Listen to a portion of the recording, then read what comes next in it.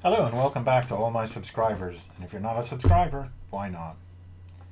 Recently, well, in the last month or so, I did a video about BBS systems, bulletin board systems that I found because I was looking through these Dr. Dog journals, the old magazines on the Internet Archive, and I just sort of showed how the BBS systems are still around, how people have written lots of games for them, like Trade Wars 2000 and that sort of thing. Um, and it's really interesting because, I mean, when I started computing, that is what I had. And many people actually on their business card used to put their BBS address so that people could send them messages and things, because that's how most people got email before the sort of internet really took off. Most people use bulletin board systems for electronic mail. But anyway, whilst reading more sort of old computer magazines, I came across this pretty fascinating article. A lady, an assistant professor, had written a bulletin board system using Unix shell commands only. Now, this sort of makes sense because basically Unix has pretty much everything you need to run a bulletin board system. It has the ability to dial out, use phones. It can do file transfers, UUCP. It has an email system built in. So it pretty much does everything you need. Now, there are obviously things you have to do, weird stuff, to work around some restrictions, but it actually would work out all right. And in this article, she tells you how she did it and what and how you could do it as well.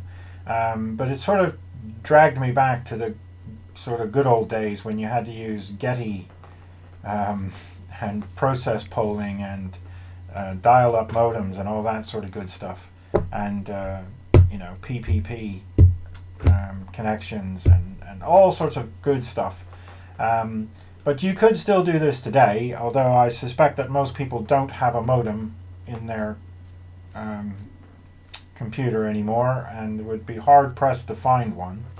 But in theory, you could do a Unix BBS with Telnet and other commands and shell scripts and things.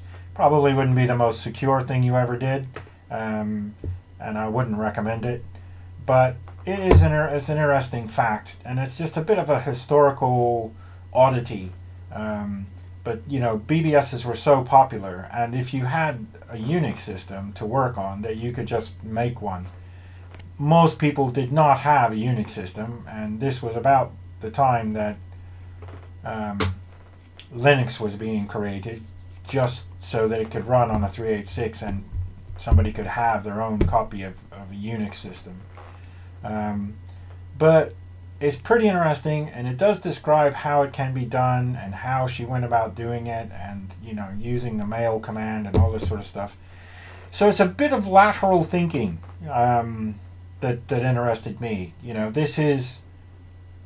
They've taken a computer that's not really meant to be a BBS. It's not doesn't have the software, but she created the equivalent with just some shell commands and some scripts. So really, really interesting that somebody can do this type of activity without actually investing a whole lot of time. So Unix basically does everything. So anyway, it's just a bit of nostalgia from me. If you like these sort of retro computing things, feel free to like and subscribe and share it around and all that good stuff. And I'll see you soon. Bye.